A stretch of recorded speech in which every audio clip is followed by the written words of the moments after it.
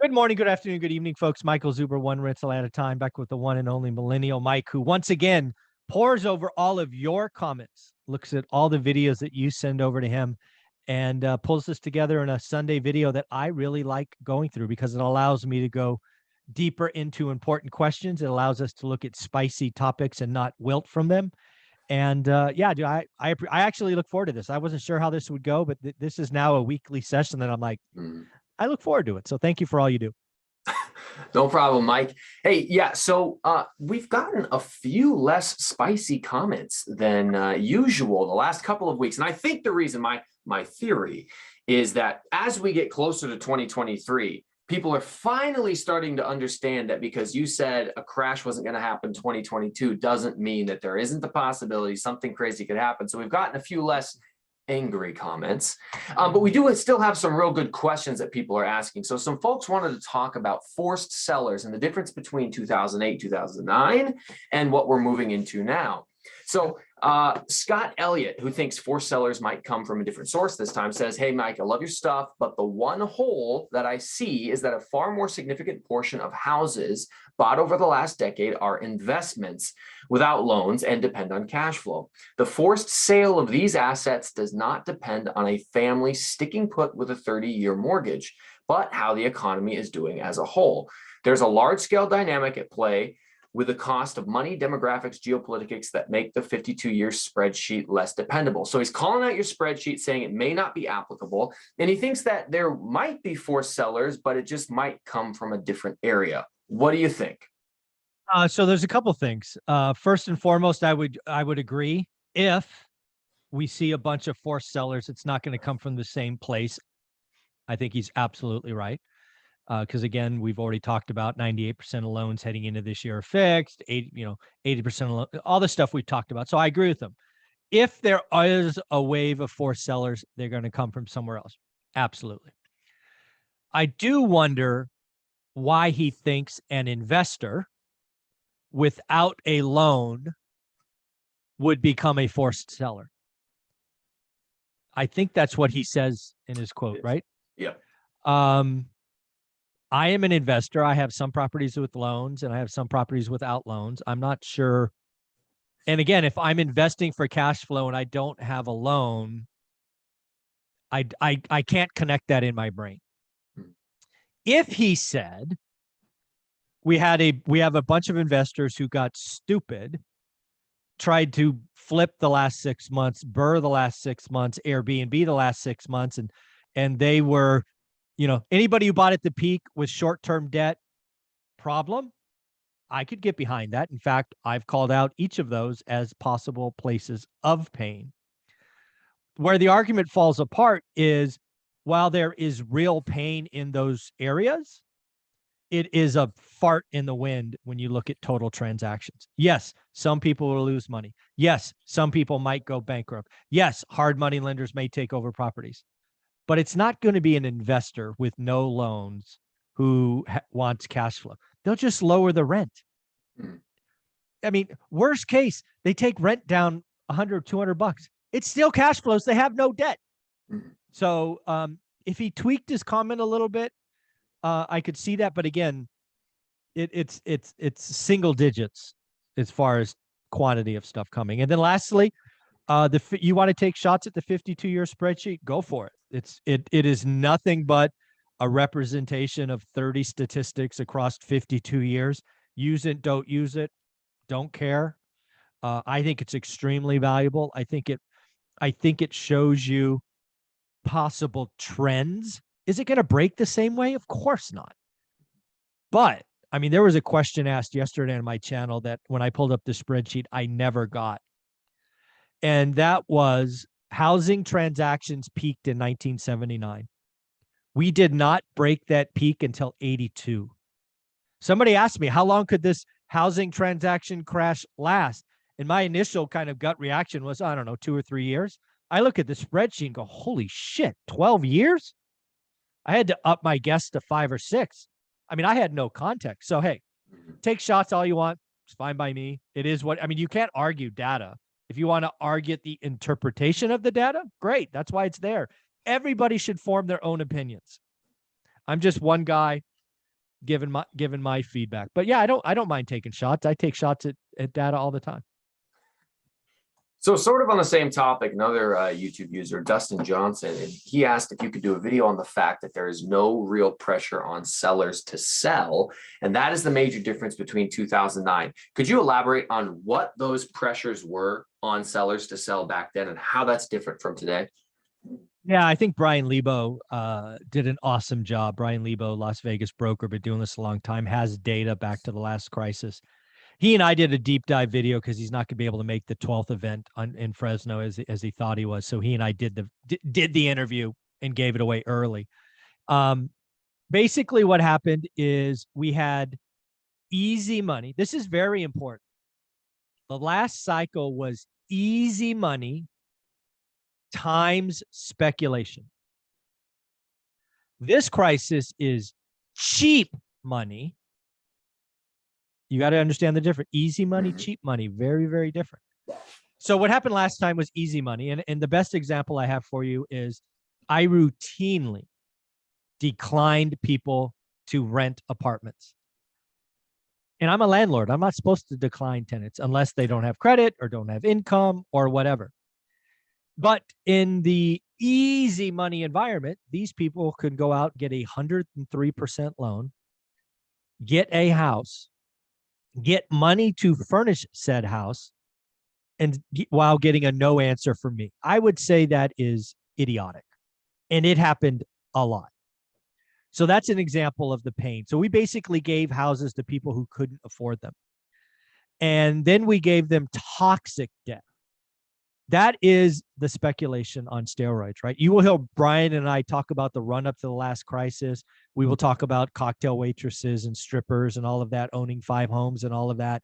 And then we will talk about Wall Street getting dumb, creating these 2 and 28s, right? Basically the 2 and 28s, which is a 2% teaser loan and a 28% higher loan, 1% versus 9%, with the notion of, hey, you'll just refi, so you'll be okay.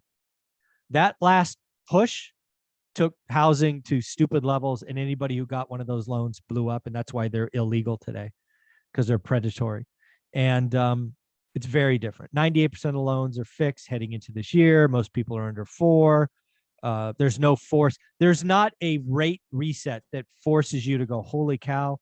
I can basically, what people did last time is when they had no equity, no skin in the game, their debt payment went from 1,000 to 4,000.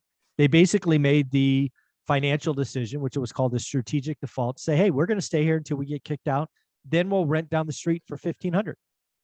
I mean, that's how bad the payments got. So toxic debt, speculation, easy money versus cheap money. Cheap money is why housing is broken today. Cheap money today is housing is broken, and we will be sub 5 million transactions for 5 or 6 years because of cheap money, not easy money. It's a very different landscape. Interesting. Yeah, I've heard a lot of people who continue to call for the huge crash in prices, citing the forced sellers that are going to come. And I think you and I have chatted this before, but really, unless unemployment starts to tick up drastically to the point where people can no longer make their payments, it's going to be hard to find forced sellers. Question for you that I have when it comes to forced sellers: a lot of people have been buying investment properties for Airbnbs. And you recently texted an article to me and Matt and Dion, and we looked at a few other things, but Airbnbs are struggling big time. A lot of the bookings are completely gone or down significantly. So what happens to these individuals who maybe are becoming forced sellers because they can't make their mortgage payments if no one is vacationing in their rentals? Yeah, there are 3 areas of investors who could be causing pain. So first is flippers, right? They always kind of feel it first. If you bought late in the cycle and you don't get out and you have short-term debt, you're going to lose money. People who got into BRRRRs and didn't watch the debt structure, they can feel some pain. Yeah.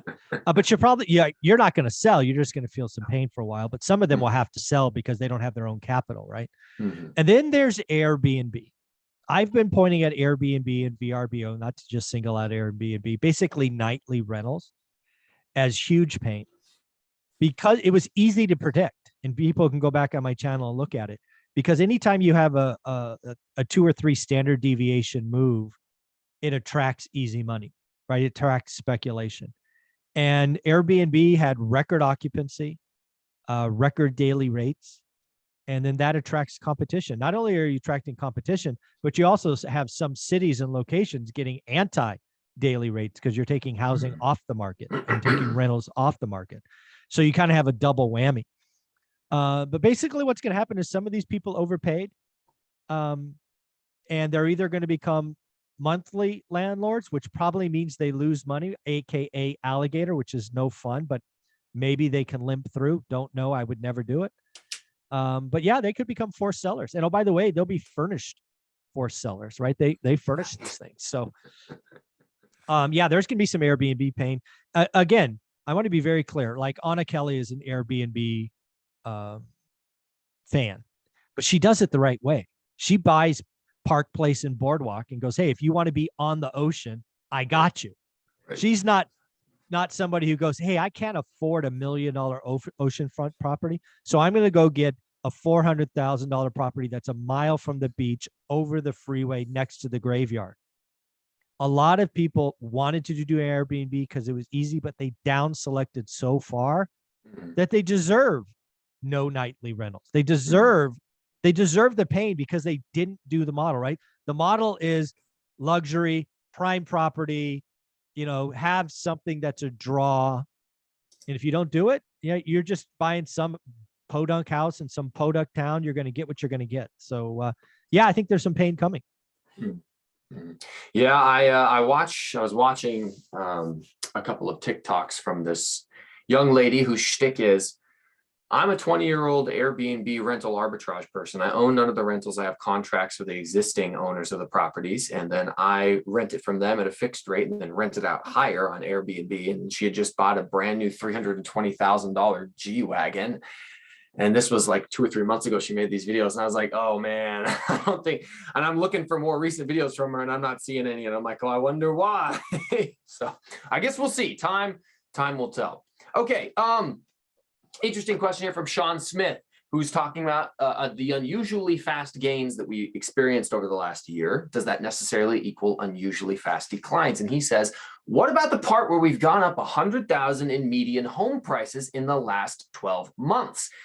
It is unusual for price declines to wipe out decades worth of price growth, but why is it so unusual to wipe out a mere 6 months worth of price growth? It's unfortunately kind of an economic term called price elasticity. Again, we didn't have easy money like last time, which is why we wiped out gains. We had cheap money, and more importantly, we had cheap fixed rate money. So that's just the reality. You have these sellers who don't have to sell. The reality of housing, it's much like a TV, a computer, a cell phone at Target, Walmart, Apple stores. What I mean by that is, if you have a lot of them on the shelves and nobody is coming to buy them, you have to cut prices. Unfortunately, housing is not a TV. It is not a computer or a phone. It has utility, and it's on the Maslow's hierarchy of needs and number 3 called shelter. And people have to live somewhere. And if it's cheaper to stay where you are than move, you stay where you are. And we just don't have the waves of inventory coming, right? I think last time I checked, we got like 1.1 million properties for sale, something like that. If you were to tell me that we were going to go back to statistical norms, which is closer to 2.5 million, maybe you get your price decline. I actually think we're going to go the other way and inventory is going to fall because we don't have forced sellers, at least not in a great enough quantity to distort the market. So, yeah, I would tell Sean, I think he said his name was, to look up price elasticity, because it's just like wages. I mean, what I want to talk about housing prices, let me give you an example of a wage. Mike, you over the next 6 months, you get a $10 raise because of this, that, or other thing. Fantastic. Awesome. Statistically speaking, you're not going to be very happy if they come back to you in 18 months and say, you know what, we're going to cut your salary $5, right? Nope. Or whatever it is. That's not going to go well. That might give you cause to be upset. Wages and house prices are the same thing. They're very sticky to pull down. And the only thing that pulls it down is a wave of people. Now, in your example with your wages, if for some reason unemployment spiked and now you're a very skilled person in a job that takes training and all that, but let's just assume you're flipping hamburgers or whatever, and you have a job, you're like, there's 10% unemployment. Everybody wants your job. And oh, by the way, your employer in the last cycle gave you $10. Now your employer comes to you and goes, hey, Mike, you're very good at this. I want to keep you, but I have to do this or this. I can cut your salary $5 an hour or fire you and replace you with these other two people. What do you want to do? You probably take the $5 cut because you don't want to be one of the people outside. That's where we are. If you're going to tell me all these millions and millions of properties are coming, yeah, I can give you a price decline. Until then, price elasticity wins. And, you know, I think peak to trough so far, we're down 5% nationally. Historically speaking, we're always down this time of year. It's bigger than normal. We will see what happens when we go into the end of the year. And again, it will not be negative, in my opinion, in 2022, which is what I've called all year on a national level. You know, we've got 2 months left, so let's see what happens. Right. Okay.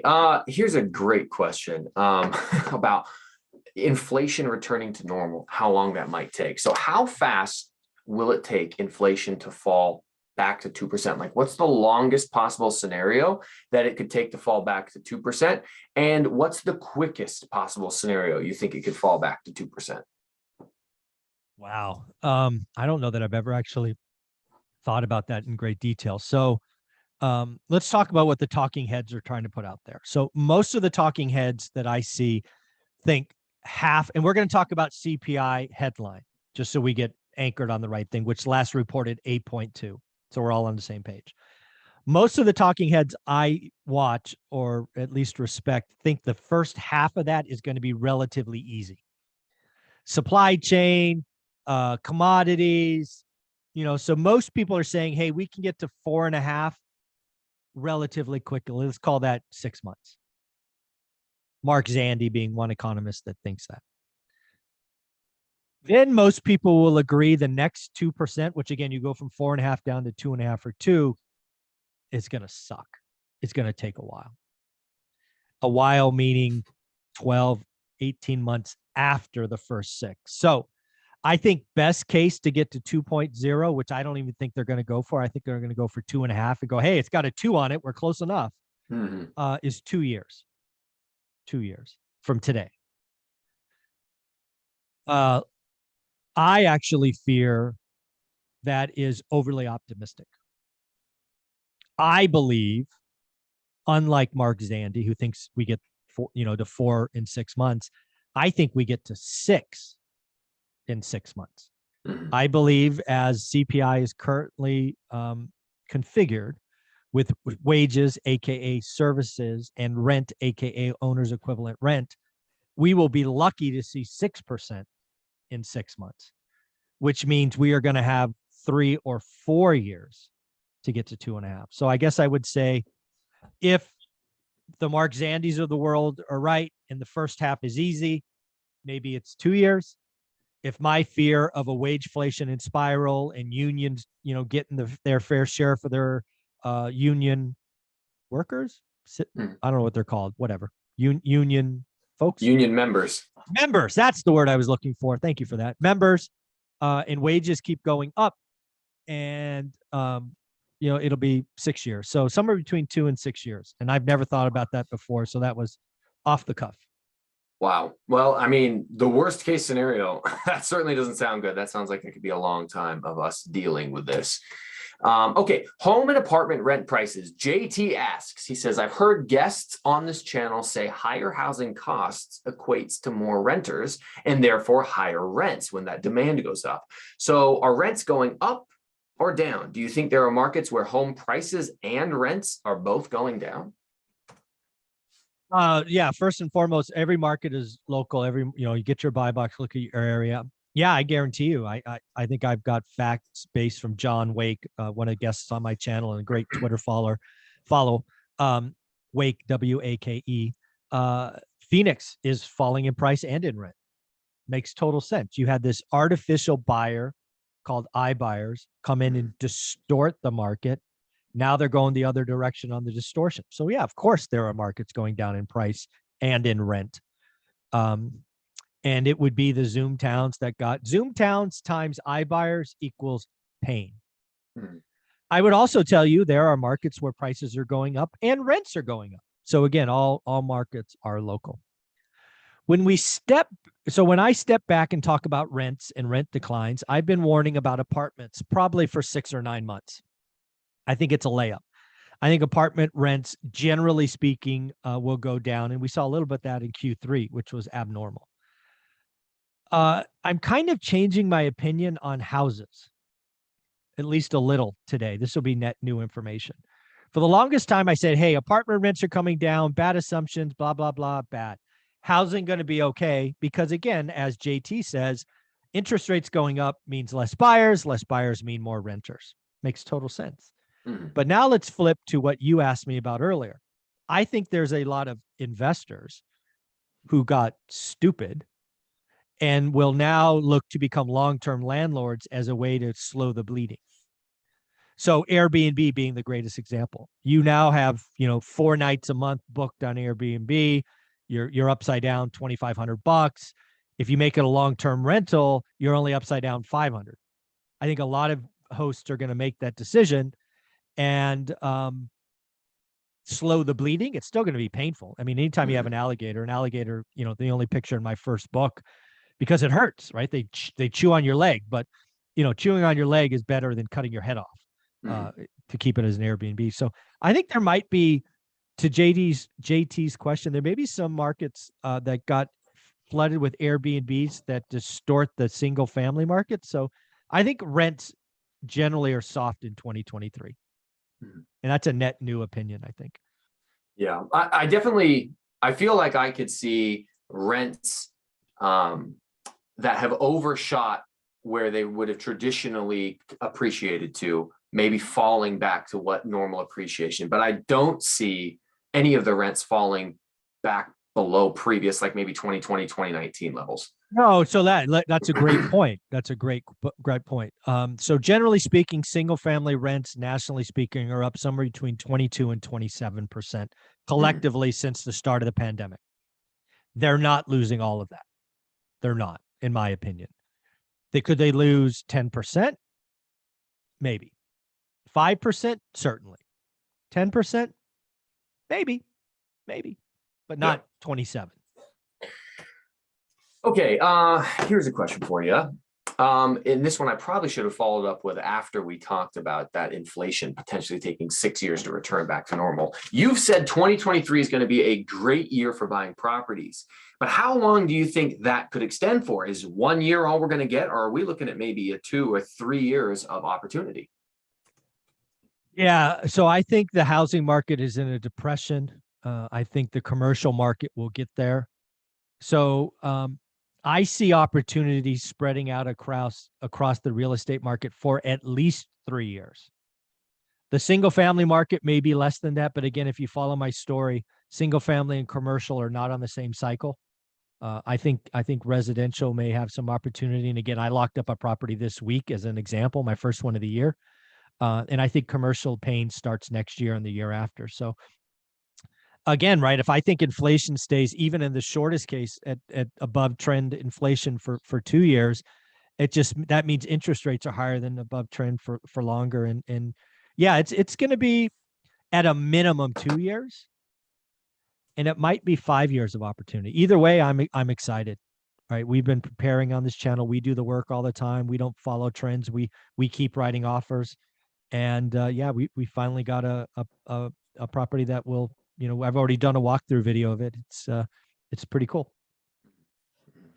Okay, so here's a very, very interesting, this is a great question right here. Okay, so this comes from one of your subscribers, somebody who's messaged me on Instagram. I've worked with her, chatted with her. So she is doing the work. She is studying her market. She's been looking every single day for the past couple of months, and she found a property that is way below market value price, but it's updated. It's that unicorn property that you would hope and dream for.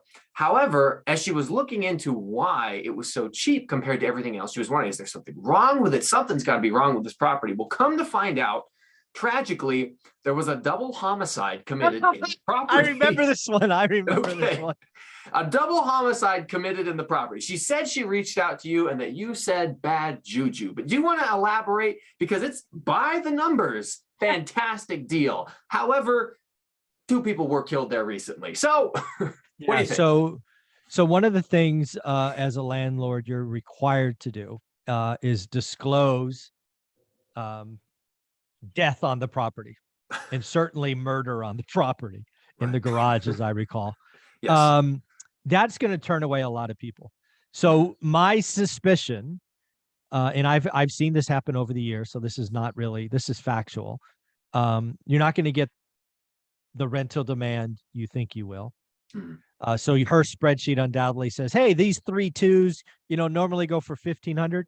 You might have to go all the way down to 800 to find someone that will accept pulling their car into the garage where people were killed. And oh, by the way, the people that move in will be reminded of the murder every day by neighbors and postmen. And it's not like, oh, we know about it, nobody talks about it. No, your neighbors are going to be talking about that. Oh my God, I can't believe you lived there and those people were so nice and blah, blah, blah, blah, blah. No, it's bad juju. Right. So basically her spreadsheet is wrong because her rent assumptions are incorrect, in my opinion. Yeah. But yeah, I also don't believe in bad juju, bad karma. No, thank you. Yeah, I felt for her because I was like, well, I'm proud of you for doing the work and doing the research, and she told me what you had said, and I was like, I kind of agree with Mike. I just don't think this would work out real well. So, okay, are you going to be renaming the daily financial news? Probably not. No, I think one of the things, again, I'm still trying to figure this all out. I feel really good about the decision. It was a again, I'm broken. I am broken. My ability to focus and still be excited every day is a character flaw. When used correctly, it's amazing. But sometimes when I get narrowly focused like this, it hurts others, right? Olivia and I have been retired, and during the pandemic, it was fine because we weren't going anywhere anyway. So hey, why not? Why doesn't he talk?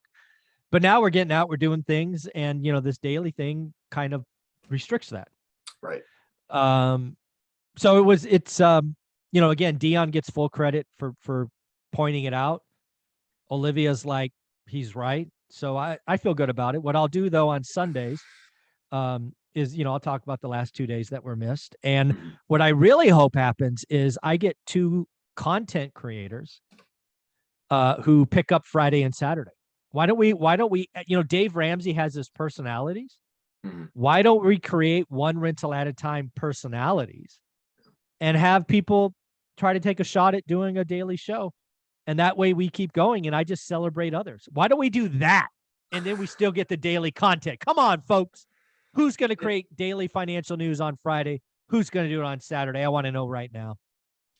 Well, I think that's a good idea. And actually, it sort of leads into my final 2 questions because on November 12th, you're hosting the first One Rental at a Time live event, and you're going to have One Rental at a Time family members and content creators there. So I was actually hoping you could give us a couple of answers. Number 1, can you list all the speakers? And number 2, what's the topic going to be? Is it going to be a myriad of different topics? Are you going to be pointed in one direction? And then who knows, maybe if there's a fan favorite down there, you've got an answer. There you go. So I do have a list. It is at home because I'm still pulling together I'm doing this all by myself. At some point I should pay somebody to help me, but so there's going to be Dion from Dion Talk. Yourself, Millennial Mike's going to be in the house. ADU guy's going to be in the house. Beth's going to be in the house. Omar, Adrian, Ty. And I feel like, Cody and Christensen are going to be there. Jason will be in the house. Ryan Nichols going to be in the house. Hemlane's going to be there. Dana, CEO of Hemlane. Dustin from Convoy Mortgage is going to be there. We're going to have 12 or 13 One Rental at a Time personalities there. I hope people take pictures, get autographs, whatever you want to do. Jason Pritchard is in book number 2, 15 Conversations with Millionaires. I hope a lot of people bring that book. Bring your One Rental at a Time book. It's going to be awesome. So yeah, if you have these books, get autographs from folks. Now the event. I like to be different. So I'm doing a no PowerPoint event. What I'm going to do is I'm going to bring the personalities to the stage for somewhere between 45 and 50 minutes. We're going to have 2 chairs, or sometimes 3 chairs, depending on the topic. And I'm going to have 3 or 4 questions. And then we are going to turn it over to the audience and have them ask questions. Nice. So again, it's going to be the event will be made or lost based on the interaction from the 200 people in the room. Mm. I will record it. That is my intention. I'll see what I do with that after.